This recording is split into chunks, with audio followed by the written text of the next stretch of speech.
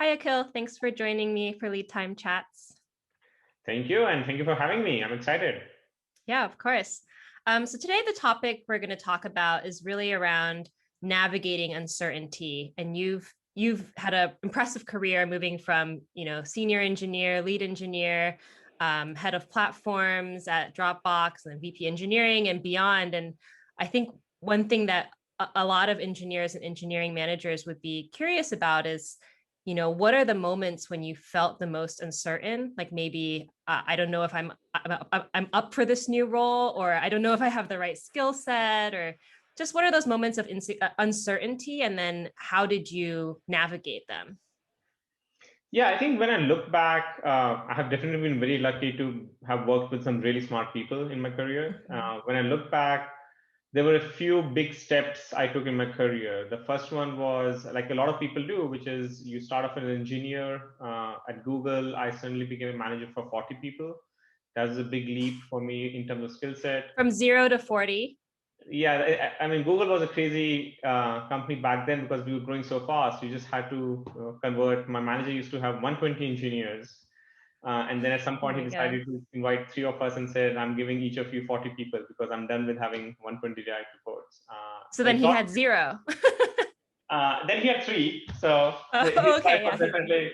definitely much better. But and Google was a different. I think the management structure in Google was a little bit unique. Something I would not Mhm. say every company follows, but it was definitely a very steep learning curve because you had to transition from proxy managing. As I mentioned, my manager had 120 reports. So even if you were a tech lead or a senior engineer, you were doing a lot of things that a manager does in a company. But now Mm, probably moving into a management role required you to use different toolkits.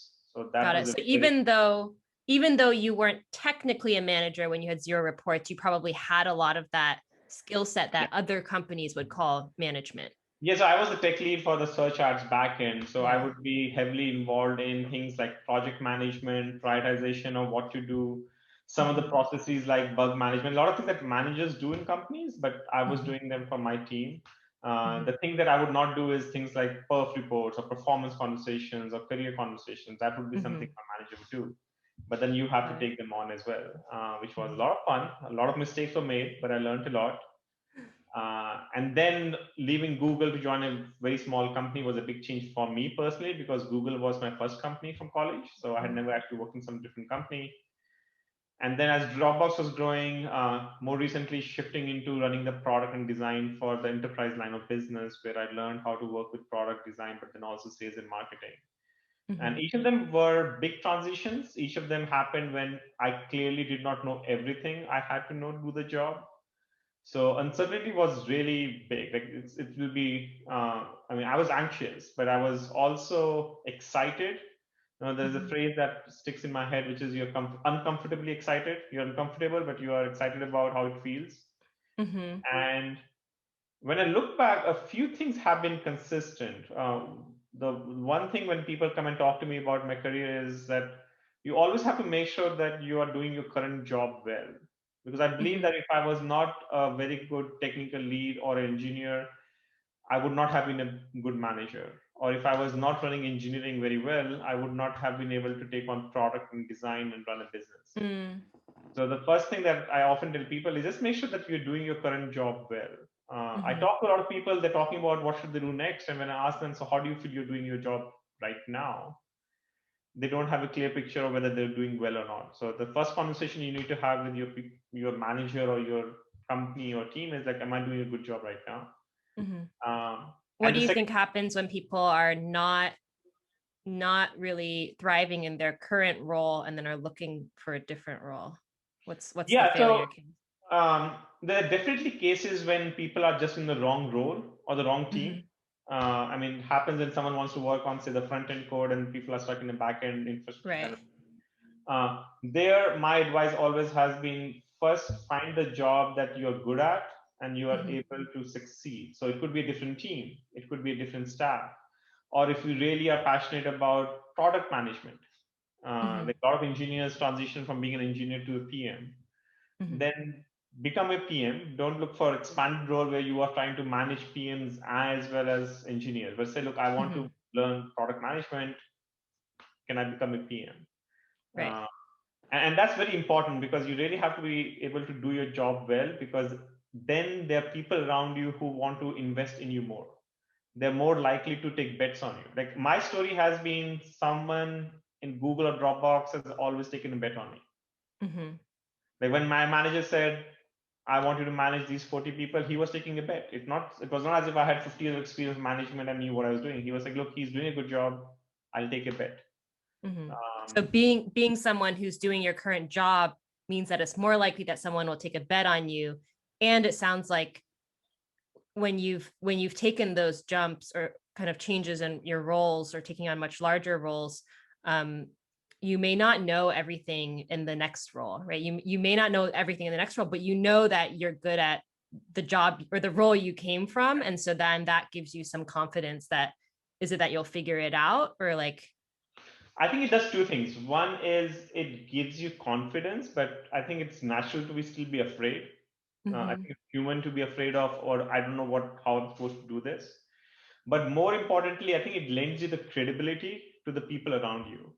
So it could mhm. be a new team that you're taking on. It could be a new role. Your peers will actually have more confidence in your success because they have seen you do something well.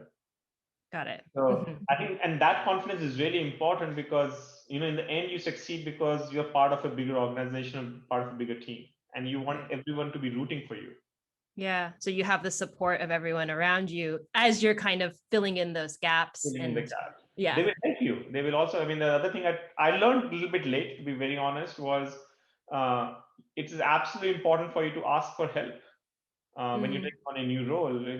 People often mistake that if I ask for help, people will know that I'm not good enough. yeah. But it is far more important for you to say, look, this is new for me. I do not know how to do this. You have done this thing for the last 5 years. Could be your manager, could be your mentor, could be an external coach.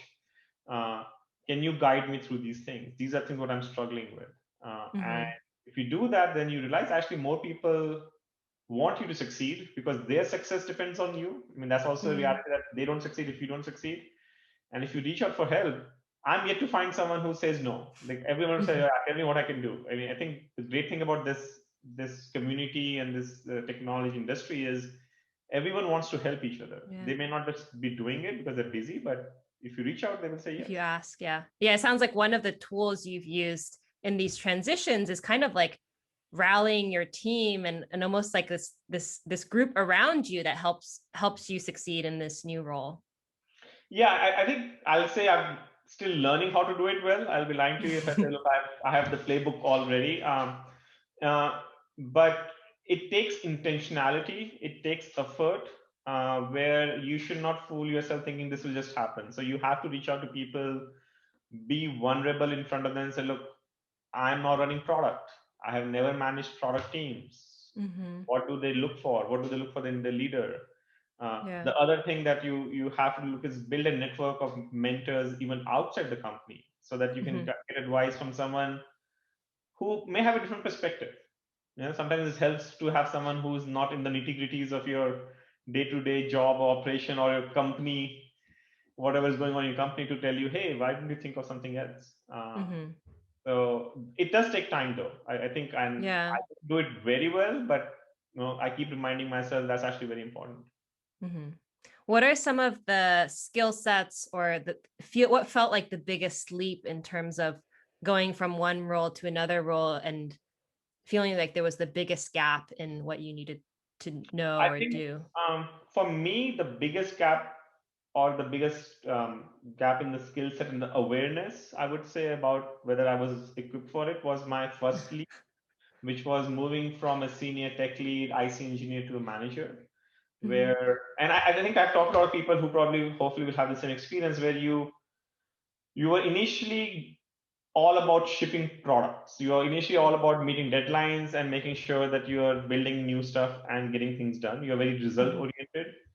And when you get into management, you realize that people are not machines. They are not as honestly as simple as a program where you can just read them and tell this is what you do. You have to take the time to understand what drives them, what are Right. their anxieties.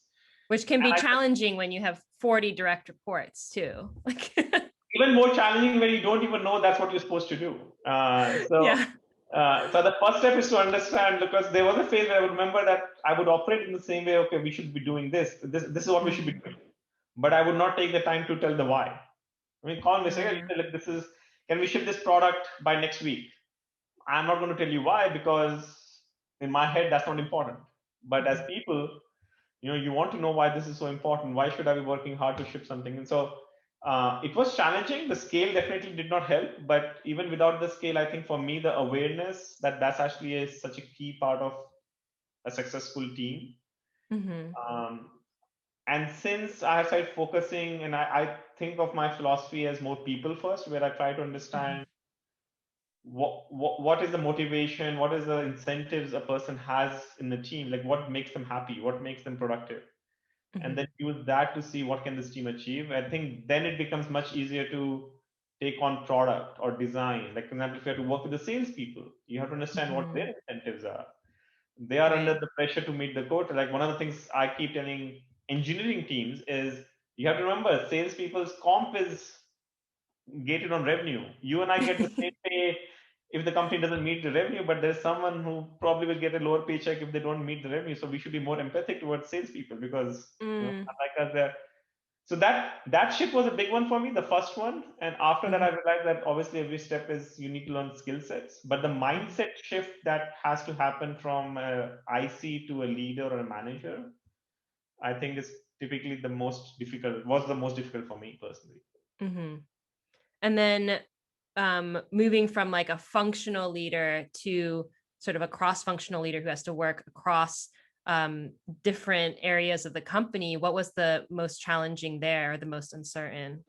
Um, the most challenging part becoming in cross function, and this was the advice that one of my mentor I respect a lot gave me, was um, when you move from a functional to a cross functional, a lot of your job becomes coordinating across different Mhm, functions, but then also managing out. So one of the things that I learned when I became the GM for the enterprise business is that you have to make sure the product and the design and the engineering is working well together. Those leaders are mhm, working well together. The planning is going well. But the biggest job you have is to manage your customers, to manage people who are not in your organization, because you are uh, effectively for the lack of better word, the CEO of that business unit. right. So you almost have to give up on things that you were trained on, which is how to run a team. You have to build a system that a team is running by itself in an Uh, autopilot way, but then spend more time with the customers, spend more time with the market to understand what's happening in the market, what new technologies are evolving, what products are coming up, so that you can bring that back to your team. And mhm, hopefully you've hired the right leaders who can then take that and start doing things that your business needs. I think that was a big leap, because it completely changes how you operate. mhm. You're no longer in, oh, we need to do sprint planning, or I need to figure out how to do OKRs, or how do I, you have to do all that, don't get me wrong, that has to happen. But then So you you, need to master that first yes, so that and you that, can know if they're doing it, if people are doing it, acceptably. yeah, or you have mastered so that you can do it more efficiently. You're not spending Mm, 4 hours doing something that you could do in 1 hour, and that's where the getting to do your job well is, I think, a very important must have. But mhm. in a cross-functional leadership, in a role that you are owning the product or the business as well as engineering, I think you have to understand your job has fundamentally changed. It's become a lot Yeah. more about managing outwards, if that makes sense. Like, how do Yeah. you, It sounds like it's also about managing, like, I mean, going from like running teams and making sure the work gets done to really managing a lot. I mean, hearing a lot of relationships, right? Relationships, external, internal, making sure the relationships between people are healthy. yeah, look, I mean, this is my people first philosophy. I think every team, no matter big or small, is all about Mhm. relationships. Yeah. I mean, I'm sure even you have experienced anything like a well-knit team is always because of strong relationships. We Hmm. say small companies actually work faster. That's because they have strong relationships with each other than a bigger company. So Hmm. relationships, I think, are present everywhere. But what changes perhaps is, who are you focusing on building relationships? It's Right. often much more natural to build relationships with your team, with your reports, Hmm. with your direct reports, maybe if you're running a large organization, because that's where you spend most of time over Zoom, I guess now, but before COVID, Mm-hmm. in person. But as you're growing, you have to figure out how do you build relationship with 1,000 people. Like one of the things I used to spend a lot of time actually was on my all hands, because in my Mm-hmm. head, that was one of the main channels I have with my 1,000-person engineering organization, Yeah. because I You cannot can't have have one-on-one one-on-ones, with right? all of them. And the only time they see me is in all hands. So I would Yeah. practice for it. I would prepare for it. And people are like, why are you spending so much time? I go, this is the only way I can connect with my team. But then if Mm-hmm. you're running a GM, then you have to figure out, oh, you need to have relationships with customers, Mm-hmm. so that if they're angry at you, that's not the first time that they're calling you. So you Oh, have to figure out how to build those. So that changes. It changes who do you have relationships with, but yeah. relationship is the center of everything. So you were talking about at Google when you first became a manager, there was a gap in awareness of what were the skill sets that you didn't have. It sounds like later on there was more awareness, and then you were more intentional about going out and filling those gaps. Yeah. Were you aware, like when you get into a new role, is it clear what's missing, or how do you get that information? Because that's something I hear a lot from like tech leads, directors, like what they want to know, what they don't know, like what are all the things they should know, and where are they lacking? You honestly, I think I would love to say you can become self-aware, but nothing beats someone telling you that. So someone you trust, someone you respect. Uh, Mhm. Now that could be your manager. I think we all know that if you're a great manager, you will grow. And I have been lucky enough to have some really, really amazing managers in my career. It could be Mhm. a mentor within the company, outside the company. It could be a coach. Uh, but one of those people have to be able to tell you, but then you also have to listen. You Mm. also have to be able to trust that person and say, look, if you're saying something, I will listen. Uh, Mhm. Maybe there are people who can figure it out by themselves.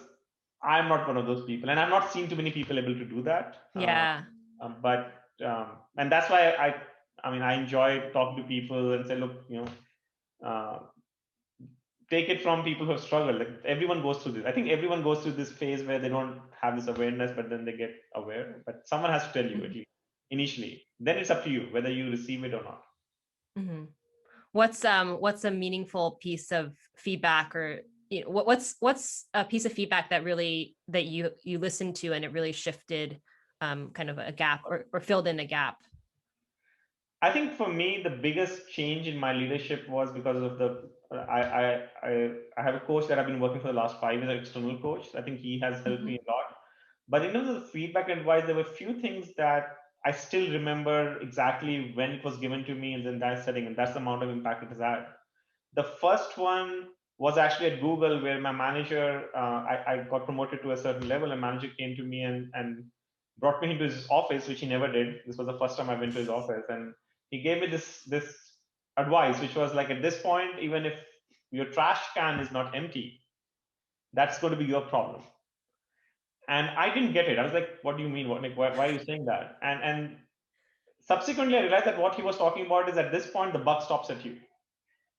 Like, you're Mhm. senior enough that you can no longer say that's not my problem. If your trash can is uh empty, that's not the janitor's problem. That's not the facility's problem. It is your problem. Like, you're senior enough that you have no excuses. This mhm. extreme ownership, and there are books about it also, has actually been a very powerful message for me, where at a certain level of seniority, you don't get to say, oh, but that was not my job. That someone else was supposed to handle that, right? And oh, I was like, and I think there is a level of seniority where you change it, but you can take that mindset at any level, and that really helps you grow. Mhm. The second one was more subtle, which shifted my think about people, where I did not say thank you to people. um, Mm. this was a feedback my HR partner actually gave me in a tough conversation she had with me, where there were a lot of people in my org which were very good, and I thought highly of them. And she said, look, they all don't know that you think they're great. They just Mm. don't know. And I'm like, what do you mean? Of course they know they're great. They're doing well. I tell them. I said, you never say thank you. You never say good job. Like when they work the nights and the days to something, you start talking about the next thing. You move on to the next fire. You Mm. move on to the next project. You don't take the time to say, "Hey, this was a really good job. Nice work." And she was right. Yeah. And put it. And in my head it was like, it's so obvious. Of course, you know you're doing a good job. Yeah, Uh, I struggle with the same thing. I think it's maybe a common growing up with Asian parents where yeah. like And the no feedback is good feedback, and like I feel like positive feedback can feel a little bit condescending, right? Like you're like patting a kid's head or something. yeah, my coach also, when I was talking about this, he also said like it probably has to do with the upbringing in India. Like I grew Yeah. up in India, and where that was not a thing. Either Yeah. you got negative feedback or Hmm. you were doing fine. Yeah. But you know, and I realized that if whenever someone has told me a good job, I felt good. Hmm. Like it just feels good. So why shouldn't I do with someone who deserves? So that second feedback was, I mean, it was a shock to me because I'm like, what? You're right. I mean, that's sad, right? Mm. Because you think people are doing a great job, but they just don't know that you think that. Yeah. So now I'm a lot more intentional in saying, okay, I will write personalized emails or something. There's something that's actually I want to do is authentic, but Hmm. I will not take it for granted that people know that they're doing a good job. Yeah. It Uh, sounds like your career progression has been stepping into these roles where you might not know, have the whole skill set, but you're confident that you have the support of your team. You're open to hearing feedback. You've put yourself in a position where people will give you feedback, are honest with you. And so that kind of gives you the confidence that when you go into these roles where you may not know everything, that you'll fill in the gaps and do what it takes to be successful in Yeah, that and role. I think it starts with, at least I remember that I generally would not have made these transitions if I felt there was not one person, a senior person who believed in me. Mm. Like when I think back, I taking on a team of 40 from zero is crazy. I mean, like I would not advise that Yeah. to anyone. But I knew my manager knew I was a good engineer. So even if I failed, I knew he would tell me, and then it's not as if he will fire me. That Right. psychological safety, I think, is so important for everyone, not just. So to me, that one person who is your champion, I think, is Mhm. really important. But you have to earn it. Like, and that's Yeah. why when I say like you have to do your job, like if you, and I always tell people like if you think you're doing a great job and you don't have a champion in that organization, probably that's the best reason to leave that organization. Like Mm. I can't think people leave for various reasons, but for me the reason that makes sense is you're doing a good job, but you just haven't found that champion. Yeah. It makes a Uh, huge difference, right? To have someone who you can go to and honestly be like, hey, I've never done this before. I don't know how to do it. Can you help me or connect me with someone to figure it out? Rather than like, oh, by revealing that I don't know how to do this person's going to judge me or think that, I shouldn't be in this role. It's totally different experience. and the mistake we all make, which I have also done, is we assume that most people will judge you, but in my experience, most people, if you're vulnerable, they're more Hmm. likely to support you Yeah. and they're more likely to help. And I think that has been very helpful in my career, where just looking out for people who can help me. It's Mhm. hard though. I mean, I make it sound easy. Yeah. Yeah, I think there's a lot of people when they're thinking about going into management or higher level roles, there's often this like, oh, I'm not ready yet, or I don't, I haven't done this for long enough, or and so like what kind of advice do you have for people who maybe feel like they're either getting pulled into these roles or other people may see them as being ready, but they don't feel like they filled in all those gaps yet? Yeah, I think my advice always is, first of all, you should list down what you feel you're not ready for. Like, for example, management, right? So one of the things they can say is, oh, I've never managed before. The Mm. reality is that's going to be true until you become a manager. So the first step is when people say they're not ready, I encourage them, okay, tell me the 5 things you feel you don't have Mhm. and you think you need to be able to transition to that role. Some of them will become one of those obvious things. Yeah, you're right. But unless you transition, you will not have management experience. So you have to just take that's a leap of Right. faith you have to take. There might be a few things that people might say. It could be like, oh, I need to do better program management or project management, Mhm. and I need some skills. Then my advice is always, then you have to make sure that the next 6 months or a year, whichever time frame works for you, your job includes challenges that let you check off that thing from your list. So if you believe that example that the reason you're not ready to be a manager is because you have not project managed a 5% project. Make sure the next 1 year you're doing that. Mistake would be spend 1 more year just writing code and shipping stuff, but you never did a tech lead kind of role. So to me, that has been helpful when it is reality that people may have valid reasons that, oh, I have not done this, but write it down. Yeah. Then convince yourself that these 3 things, I have a career plan. Talk to your manager and say, look, these are 3 things I want to do.